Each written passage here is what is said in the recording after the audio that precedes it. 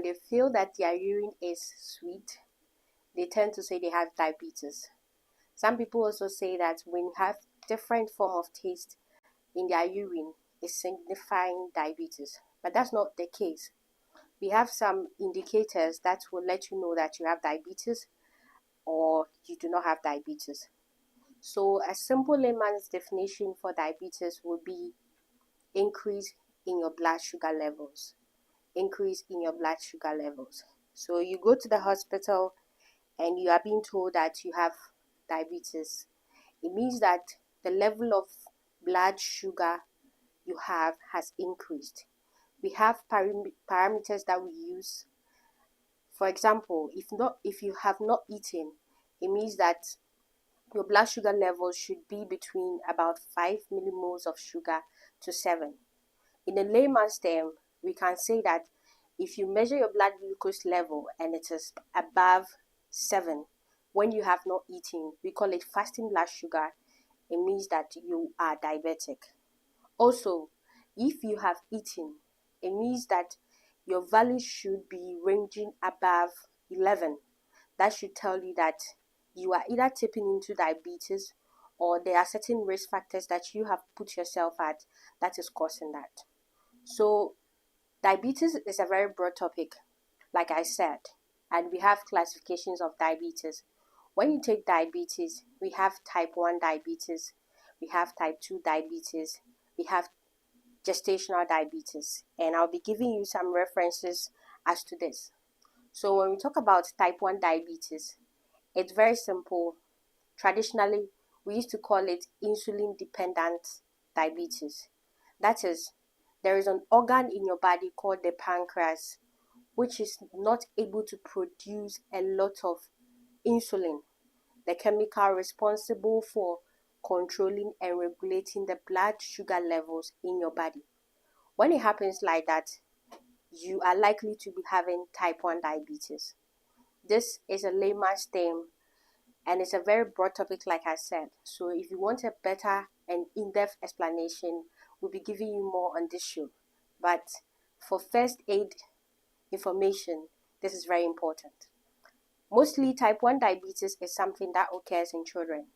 So a child will be born and you realize that her blood glucose level is consistently high. Mostly it could be due to the reason that the pancreas, that's the organ in the body that produces the insulin, is not able to produce enough insulin for the body to digest, but for the body to process the glucose level that is in the blood. That is what we call type 1 diabetes. So usually the cause is unknown. That is the catch. The cause for that type 1 diabetes is unknown, and mostly it happens in children. Now, type 2 diabetes is a different thing altogether. So in type 2 diabetes, as we grow, a lot of factors influence our life, mostly due to our diet, mostly due to sedentary lifestyle, and mostly obesity. So what happens is that if you are not able to prevent these risk factors from occurring, these factors that I've mentioned, that is obesity, lack of exercise, nutrition, consuming a lot of sugary salt products can trigger your increase in the blood glucose level that you have, thereby giving you or tipping you into what we call type 2 diabetes. When it happens like that, what it means is that even though your body is able to produce enough insulin, your body is not able to process it well into your body, and that is why you are going to have type 2 diabetes. So mostly type 2 diabetes happens more in adults comparatively to children, because we are the ones exposed to these risk factors that we are talking about. Now let's talk about gestational diabetes. Gestational diabetes, on the other hand, occurs during pregnancy without necessarily you having a risk factor or a previous history of diabetes. For example, somebody will be pregnant and you consistently check the blood glucose level and it is high. It means that the person is tipping into gestational diabetes. That is something that's preventable, depending on how you are able to treat or manage it firsthand, like I said. So with gestational diabetes, it may disappear after delivery. That's the catch. So it is not something like when you develop gestational diabetes, that is during pregnancy, when you develop diabetes, it is something that is going to be forever with you. But then there are certain people who are unfortunate in some instances. After the delivery, they still develop type 2 diabetes. All this depends on your ability to detect it earlier and the response that you give. That is why we are educating you on these conditions. So most importantly, it is very important for you to take care of yourself during pregnancy. When you start your antenatal care and we determine that you have gestational diabetes, there are certain measures that we put in place, mainly to control your blood sugar levels up to the time that you deliver and also protect the baby. If you are not able to manage this by having prompt medical care, this is what happens. There is something called fetal macrosomia. So when your baby is having that effect, what happens is that you hear instances whereby somebody will go to the hospital and they will tell you that your baby is too big, you cannot deliver your baby on yourself, you would have to be delivered either via cesarean section or we would have to help you by inducing labor. These are some of the effects when you have increased blood sugar levels during pregnancy. And the second thing is that there is something called congenital abnormalities. So there are certain abnormalities that can happen, maybe a defect in the child's heart prior to delivery because of these increased blood glucose levels that has not been properly regulated in the body. When this happens, you put the child's life at risk of congenital abnormalities. We can also have instances like respiratory distress when these things happen in the body. And most importantly, you stand at risk of losing your baby when you tap into something we call gestational diabetes and you leave it unattended to or unmanaged. This is very important and it's a basic information, like I said. There are more details to it, but this is what you need as a layman or as a simple person, just to prompt your mind to the fact that diabetes can be very detrimental to the health and well-being of us as individuals. Now let's go to the signs and symptoms. So you can have certain indicators in your body that should trigger you as a human being to know that you have diabetes or not. The first thing is, mostly patients will come to you and say, Doctor, I have been urinating frequently. I have been urinating a lot. Somebody can urinate like 15 times in a day. Doctor, I have been drinking water a lot of times. All these things are just not signs that you should neglect. You've been drinking water more than usual. You've been frequently thirsty. Increased thirst, we call it polydipsia. Increased urination, we call it polyuria. And then increased hunger. So you'll be eating a lot, you'll be feeling hungry a lot. All these things are signs that should trigger you that there is likelihood that you are tipping into diabetes. Your blood sugar levels are increasing. As a matter of fact, you should pay attention to it as an individual. Also, you can have something we call blurred vision. Blurred vision in tree, we will say manisu yumitu anase manisu chini. Pardon my tree if it's not correct said. But these are some of the basic signs that you would see. You easily get tired, you'll be urinating frequently, you'll be drinking water frequently, you'll be getting hungry a lot of times.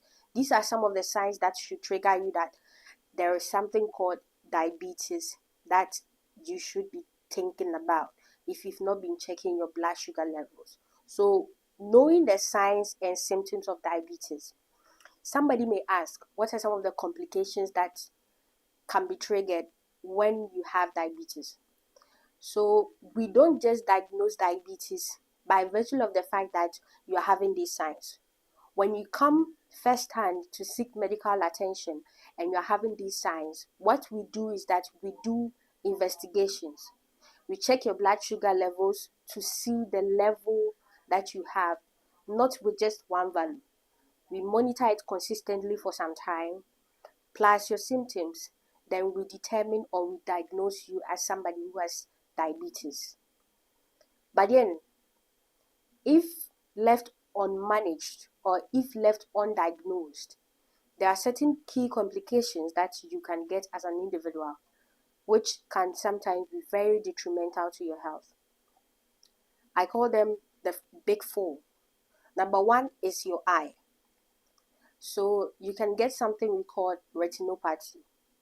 You'll be having vision loss because the vessels, blood vessels that supply to your eye is being impaired because of the metabolic processes that occurs in your body. When this happens, you stand a chance of losing your vision and also having something we call blindness. That's the simple layman's term for you. So if your blood glucose levels is excessively high and you leave it unchecked and you have type 2 diabetes, the first thing is that your vision may be impaired. And the second thing is something we call nephropathy, diabetic nephropathy. Diabetic nephropathy might seem like a big word, but it's simply something relating to your kidney. So your kidney would be failing eventually because of the metabolic processes or the changes that start happening in your body when your blood glucose levels are impaired. So you can get something we call chronic kidney failure. That is not a good thing for you at all as an individual, because your ability to filter urine and other processes that should occur in your body would be drastically impaired. The third thing that I'll talk about is diabetic neuropathy. So somebody will be complaining that I am having tingling and numbing sensation in my body. The person will say, I do not feel my hands when I touch it. I do not feel my feet when I touch my feet. Whenever I wake up, it looks like there are needles pricking my body. All these things are indicators of high blood glucose level that has been left unchecked. So these are some of the complications that you are likely to get when you have diabetes. And the fourth thing that I will talk about is diabetic foot ulcers. So mostly this happens in the farming community. You get a prick from the needle. You get hurt with a small injury on your hand or on your feet. What happens is that such wounds, even as small as they are, can be very, very, very difficult to treat. When it happens like that, you stand a chance of getting something we call diabetic foot ulcer. Healing is very slow and can be very difficult sometimes. Mostly in our farming communities, what happens is that they will start with herbal medications and preparations, putting it on the injury, leaving it untreated. That is very detrimental to your health as an individual. So one major complication that we can get is diabetic neuropathy, diabetic foot ulcers, diabetic retinopathy, as explained earlier. The worst case scenario that you can get is for your leg to be amputated, which is a very sad story, but sometimes might be the only way for us to save your leg. With this said, I can also talk about the last effect that nobody wants to hear, but it is something that happens to us all the time. That is death. Death, unfortunately, is an unpardonable thing that happens to all of us, but it's something that sometimes we have the chance to prevent. When your blood glucose gets elevated to a certain level, your system may be forced to shut down and you can end your life prematurely. So this is not to scare you. This is something that is preventable in society. This is something that we can manage. Mind you, diabetes is a chronic condition. When I talk about something being chronic, it means that It is only manageable, it is not treatable. So I want to clear the myth when people say that you can cure diabetes. Diabetes is not curable at all. Diabetes is not curable, but it is manageable. When I say manageable, it means that you can manage it with medications and lifestyle modifications. So I will talk about the medications aspect, then I'll go to the lifestyle modification. That will be the last thing that I will talk to you about. So with the medications, we have a lot of anti-diabetic drugs that we put patients on when they have diabetes, primarily to control the blood sugar levels of these individuals. When you are having diabetes, mostly these medications are provided free by the government. So you have the chance of taking it monthly. Once you take your daily dose of the medication, you stand a chance of controlling your sugar very well, and you do not have any problems like the complications I mentioned earlier. And lastly, is a lifestyle modification. You have to be able to control your nutrition. Most children are given a lot of sweet beverages that do not help them, sweet soft drinks that do not help them, all the sugary products that you can think about. Try as much as possible to take them in minimal consumption, or stop them. Secondly, we talk about regular exercise. So if you are somebody, an average of 30 minutes per day, it could be a walking exercise, it could be running exercise, it could be bicycle exercise, it could be jogging. Anything you find productive as an exercise is a good way to go, because obesity is a risk factor for diabetes. And lastly, you have to be going for regular medical checkups. Also, you have to reduce your stress levels, because stress can trigger a lot of inflammatory responses in the body, which in effect can increase the blood sugar levels of us as individuals.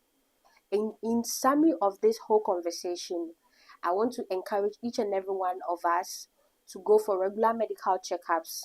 You might not know what would trigger diabetes, because family history of diabetes can also put you at risk of diabetes. If your father, if your mother, if your grandmother, or your father somewhere has diabetes, you stand at risk of having diabetes.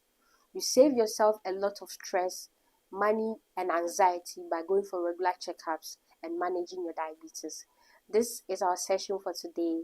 We hope to bring you more. Thank you.